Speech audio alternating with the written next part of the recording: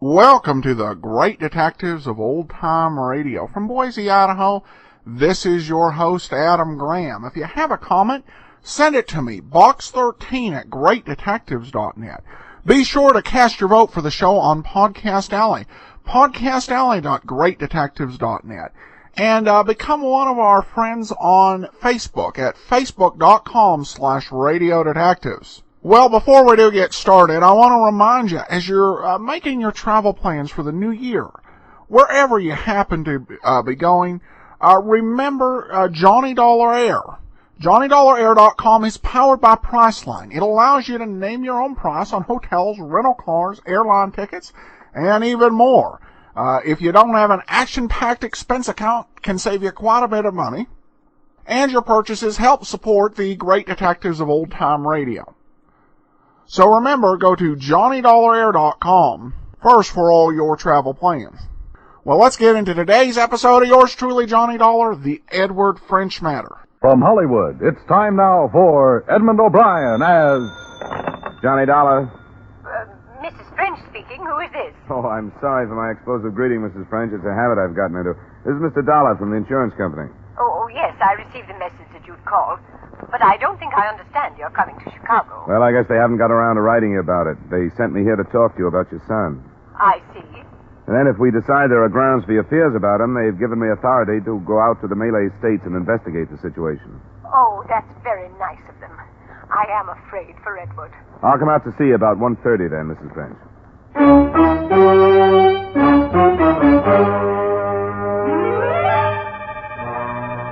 Edmund O'Brien in a transcribed adventure of the man with the action-packed expense account.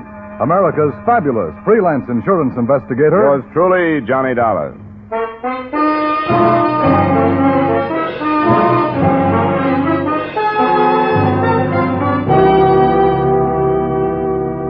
Expense account submitted by Special Investigator Johnny Dollar to Home Office Tri-State Insurance Group, Hartford, Connecticut. The following is an accounting of expenditures during my investigation of the Edward French matter. Expense account item 1, $95 airfare and incidentals between Hartford and Chicago, the home of Edward French's mother. There the story went about as follows. Edward French had left the States after the war and gone to the Malay States, where he managed a tea plantation, concentrating on sales to a buyer for the Jewel Tea Company. He'd married an English girl, and her life seemed pleasant enough, but a letter from a Constable Wicklow had reported the abrupt end of that. Edward, on a business trip to Singapore, had disappeared. The current crop of Malay guerrillas was suspected, but there was not one clue as to whether he was alive or dead.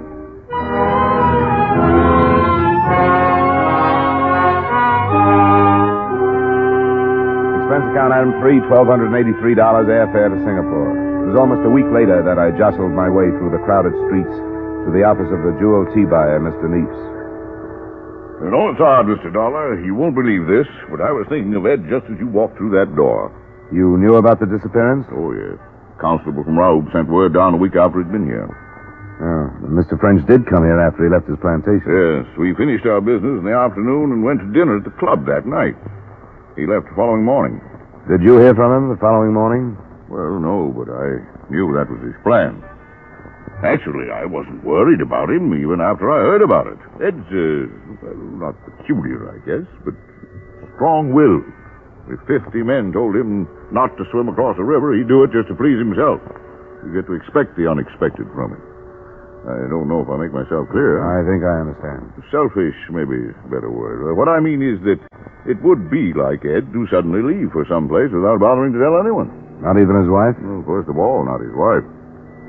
Now, don't misunderstand. I like Ed, but I can't help disapproving of some of the things, like the way he treats Catherine. But none of my business. I like him in spite of those things. I think Ed will show up when he gets ready to and laugh at the trouble he's caused. You don't put any stock in the idea that the guerrillas might have got him, huh?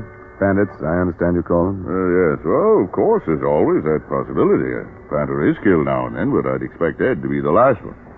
If he just took off someplace as you suspect, would you have an idea where he'd go? No, I'm afraid I wouldn't. It's a big world, you know. Yeah. How do I get to Raoub?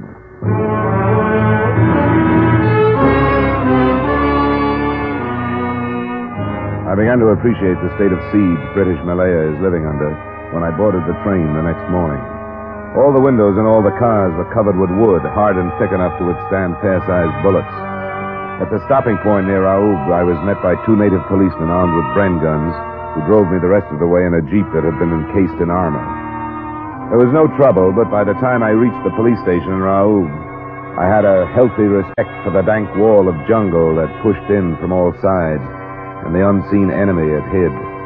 Because on the way, I was notified by the native driver that Constable Wicklow had been killed from ambush the day before. His replacement was Constable Downs. It's a nasty business cleaning them out. Poor Wicklow'd been at it for almost a year. Well, it must have happened after I talked to the police in Singapore. Yes, last night. They attacked the Stewart estate. That adjoins French's. Wicklow was killed on the way out with reinforcements. They'll single out the leader every chance they get. What do you know about French's disappearance? Very little, I'm afraid. I read Wicklow's report when I learned you were coming. Undoubtedly the work of the bandits, although it might appear to be kidnapping. Kidnapping?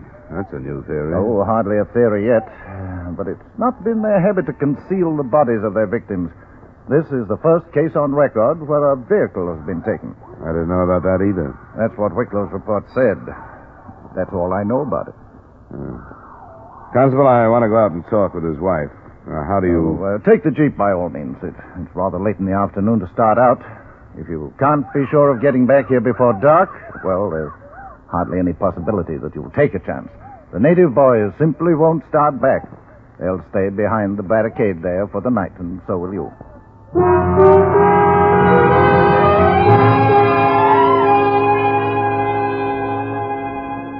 The French estate, like the others, maintained about 50 private soldiers who held defensive positions about the place 24 hours a day. By the time I got there, they had pulled in for the night and were manning a tight perimeter around the main house. As the jeep passed through it, I saw that they were fairly well armed with rifles, light automatic weapons, and grenades. In sight of all this, waiting on the veranda, and dressed as though she were about to leave for a cocktail party, Mrs. French looked entirely out of place.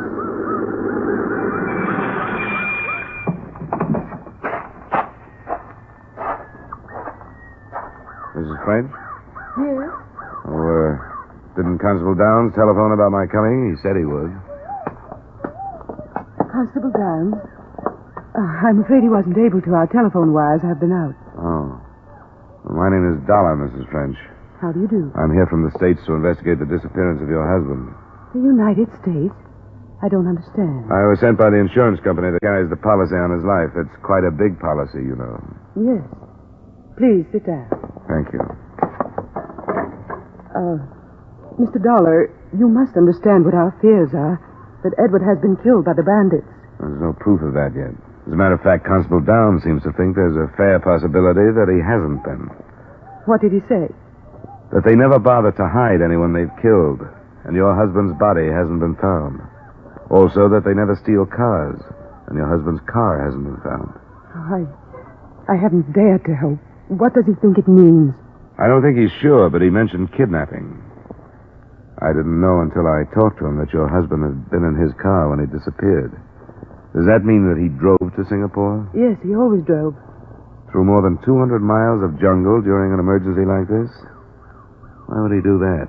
Because everybody told him that he shouldn't. My husband was like that. You're convinced that he's dead, aren't you? Well, I haven't dared to hope. I've thought the worst, but that it... Mrs. French. Oh, where did it come from? It's hard to tell. That way, I thought. Oh. Now, you'd better sit down, Mrs. French. Come on. Come on, sit down.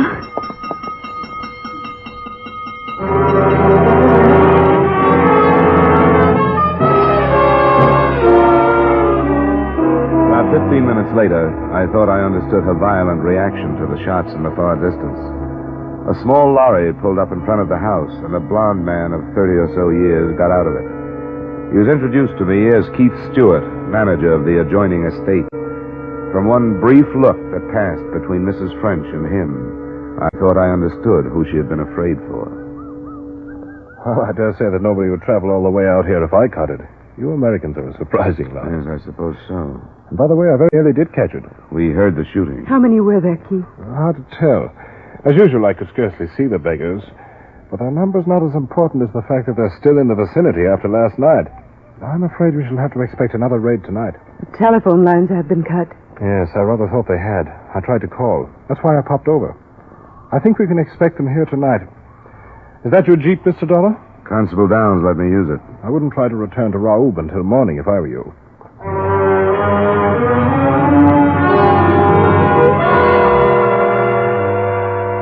2 hours later, it was dark. A double guard had been posted, and floodlights glared out in a 200-yard circle around the house. There was a rather strange supper shared by Mrs. French, Keith Stewart, and myself. The association between the two was obvious to me by the time coffee was served, and the rest of it came out later that night. I couldn't sleep in the uneasy house, and at 11 I left my room to go get some air on the veranda. But they were already there, and what I overheard from inside the house just about settled the case as far as I was concerned. I was waiting for a definite statement when the conversation was interrupted. They're here. Go inside, Captain. What is it, Stewart? Well, sir, did our little war awaken you? I wasn't asleep. You said you had a weapon for me? Yeah. Inside, Captain. All right. Please be careful. Right over here, Mr. Dollar. Not a gun of American manufacture. Are you familiar with the Thompson product? Yeah, thanks. You'll have to arm it. The chamber's empty. Now then, you're going out there with me? That's what you wanted, wasn't it? Very good. Rather an odd way to carry on an insurance investigation, isn't it? That's right. But you would hardly call this an ordinary case.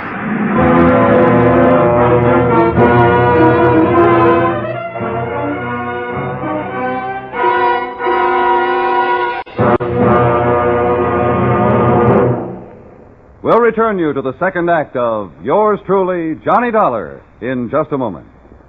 There have been some changes made, and it's faster, it's funnier, it's got new life and brand new punch because Jan Murray's taken over.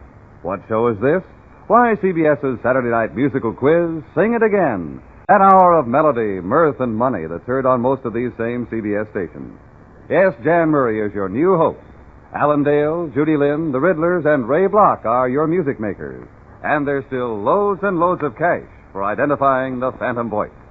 Be sure to hear the new Sing It Again starring Jan Murray tonight on CBS.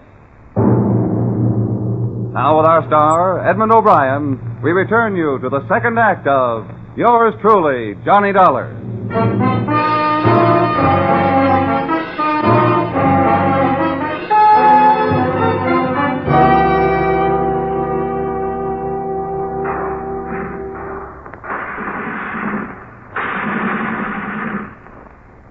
Converge your fire! Converge! Blast to keep that lane covered! We've other guns to look about for targets. There's a movement to the left, Stewart. Good man, 2 of them. Take them if you like. There's 100 of them. The main force all right. Swing your fire! You there! Concentrate on their rear. You two, Dollar. Straighten them out! We'll be in the enfilade position.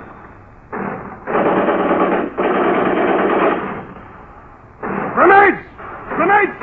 Down!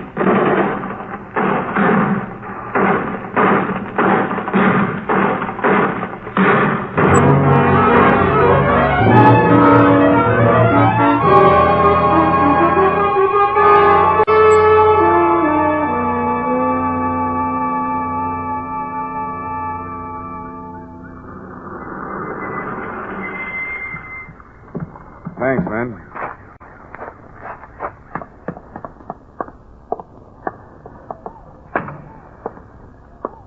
Well, good morning, Mr. Dollar. Bandits gave you a bit of a go last night, I'm told. It was over by 2 a.m. I'm sorry I got your men into it, Constable. Oh, nonsense. They're policemen. You brought them both back, didn't you?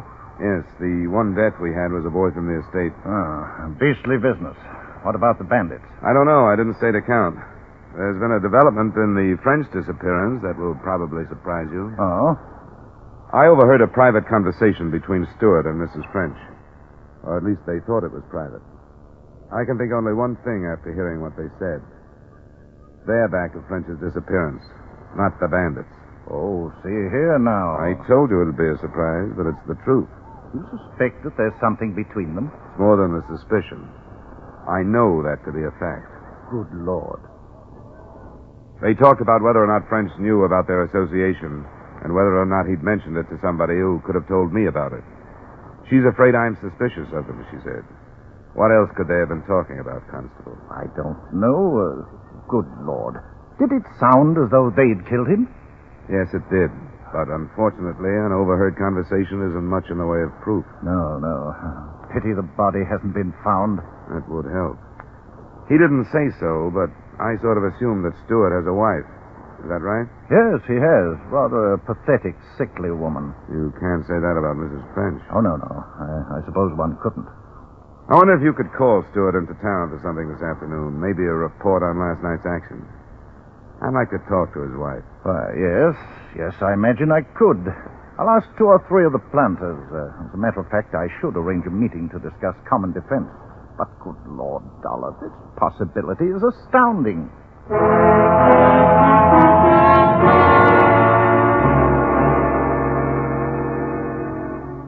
was almost too hot to move when Constable Downs opened his meeting, but I jeeped to the Stewart estate and was admitted to the room where Mrs. Stewart was resting. A pale, fever-ridden woman. Mr. Dollar, you've traveled a great distance in order to ask questions. I find rather strange your hesitancy now that you are here. There are some questions that are particularly hard to ask. They're about your husband, Mrs. Stewart. Yes?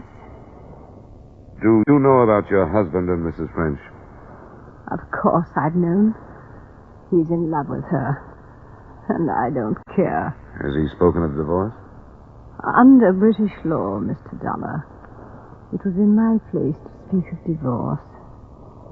Why do you ask? I wondered if he or they had any plans for the future. I assure you that any of Keith's plans for the future will include me. Unless he kills me. At times I wish he would. Do you think Edward French knew about his wife? I don't know. Mrs. Stewart, I don't know if you really think your husband is capable of killing you. But it looks very much as though he did kill Edward French. I hope he did. And I hope he's punished for it. Can you think of anything that might help me prove that he did? No. Oh, I wish I could remember. French disappeared about a month ago. Evidently, he left Singapore in his car. If your husband killed him, he would have to have met him on the road back. Can you remember your husband leaving for any length of time about a month ago? Yes. Yes, I do remember. A month ago. He left before noon in his lorry. He was gone for 2 or 3 hours. Did he say where he'd gone? No. I asked him. And he said he'd been inspecting the groves. But he was lying.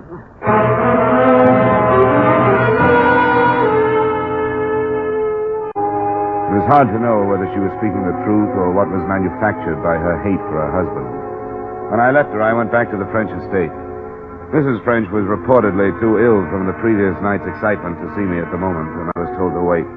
I waited until an hour before dark and then was faced not by the lady of the estate, but by Keith Stewart. My wife told me about your visit, Mr. Dollar. She did? I was hoping that she wouldn't. I'm sorry that you bothered her. She's quite ill. At times, what she says has entirely no basis of reason. Oh? She seemed to be all right when I saw her. She told you that I killed Edward French. Do you think that's a reasonable statement? She didn't tell me that. And why should she say that she did? Probably because I told her. You told her? Yeah. Why would you think a thing like that, Mr. Dollar? Because it doesn't look like natives' work, for one thing. The body hidden, the car missing. That doesn't necessarily follow, Mr. Dollar. A jungle animal might have made off with his body. An armored auto such as his could be sold quite easily for a great deal of money. His body might also offer proof of who killed him. The car, too, possibly. I'm afraid you're in error, Mr. Dollar. Edward was killed by bandits. How do you know that? Considering the number of deaths attributable to them, I think it's safe to assume. You're in love with his wife. I make no secret of that, sir. You made no secret of your conversation with her last night, either. What do you mean? I mean on the veranda last night, just before the attack. I see. You told her there was nothing to worry about, if you'll remember. But you were wrong. I'm afraid you were, too, Mr. Dollar. Spying is not looked upon with any amount of favor here. It's not my usual method, but your stupidity made it almost unavoidable. How do you think the murder is going to be received? I insist there was no murder per se. Edward was killed by the bandits. Keith. Catherine, will you go back to your room, please? No, Keith. I have a right to know what's being said. Nothing is being said, my dear, that would be of any interest to you. Why do you say that, Stewart? I've been listening, Keith. I have a right to be here. All right, my dear. As you know, then, we were discussing the possibility that I might have killed your husband. It's a groundless discussion, since even if Mr. Dollar were convinced that I had, there would be the matter of proof. I've been expecting that. And you have a solution? Not at the moment. But let me tell you this. I have Constable Downs convinced, too. He arranged the meeting of you planters this afternoon only to give me time to talk to your wife. Keith. Please, Catherine, be quiet. The constable has probably radioed our suspicions to Singapore by now, so you can see that the ball is rolling, so to speak. Catherine, be quiet. Go to your room, Catherine. It'll be better if you'll go to your room. You can see she's ready to break down right now.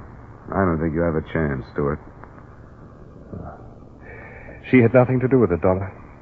I'll accept full responsibility. We did fall in love. Edward was a beast. That has nothing to do with it, has it? If you'd known him, you'd realize that it had a great deal to do with it. He deserved to die. Life is cheap here in the Malay States. Good men have been dying. He wasn't a good man. He was a beast. And I took the emergency and used it to my advantage. To Catherine's advantage. You met him when he came back from Singapore? Yes, I drove my lorry to meet him. I feigned engine trouble, and when he got out, I shot him and drove away. But I didn't tell Catherine until after I'd done it. Do you want to go into town to give your story to Constable Downs, or shall I send in for him? I'll go in. If you wouldn't mind, I'd appreciate it if I could go to my estate first. It's close to dark. I'd appreciate it. We'll go in the Jeep then. I've got 2 armed men in there. All right, Mr. Dollar. I won't say goodbye to Catherine. If we could leave now. Oh, you're carrying an automatic. I'd better take that. All right, we can go now.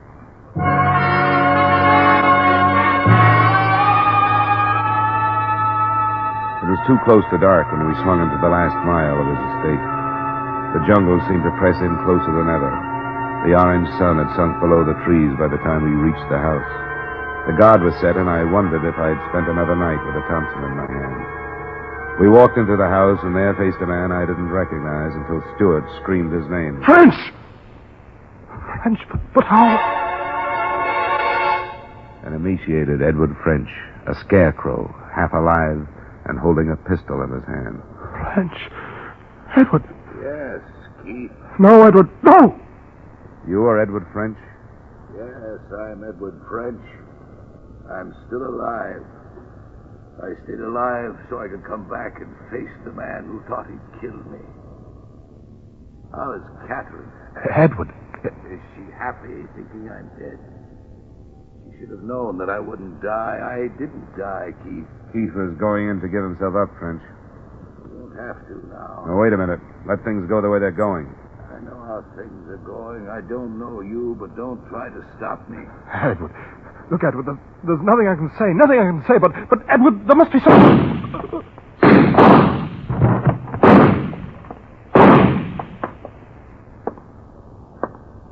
Give me that thing, French. Sure. There it is. Well, I've shown them a thing or two around here. Yeah? You sure have.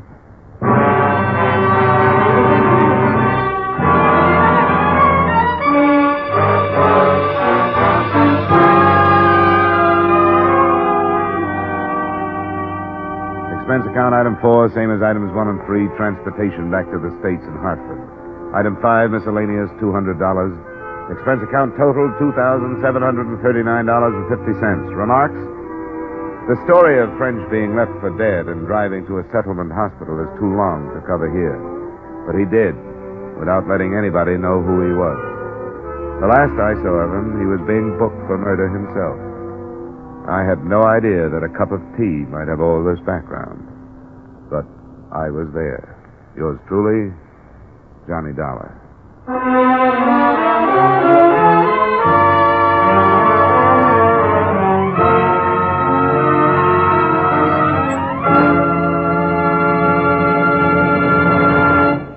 Yours truly, Johnny Dollar, stars Edmund O'Brien in the title role and is written by Gil Dodd with music by Wilbur Hatch. Edmund O'Brien's latest picture is the Paramount Pictures production, The Redhead and the Cowboy. Featured in tonight's cast were Jeanette Nolan, John McIntyre, Tudor Owen, Maria Palmer, and Dan O'Herlihy. Yours truly, Johnny Dollar, was transcribed in Hollywood by Jaime Del Valle.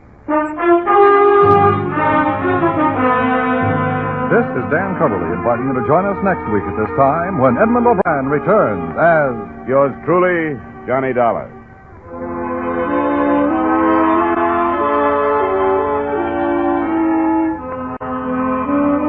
For more adventure and mystery tonight, CBS brings you Hopalong Cassidy, Gangbusters, and Broadway is My Beat on most of these same CBS stations. Stay tuned now for Larry LeSueur with 5 minutes of the latest news, which follows immediately over most of these same CBS stations.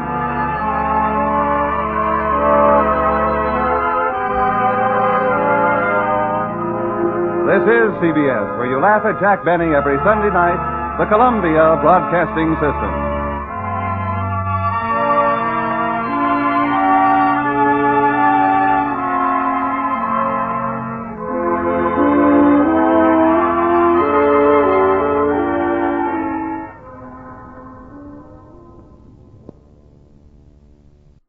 Welcome back.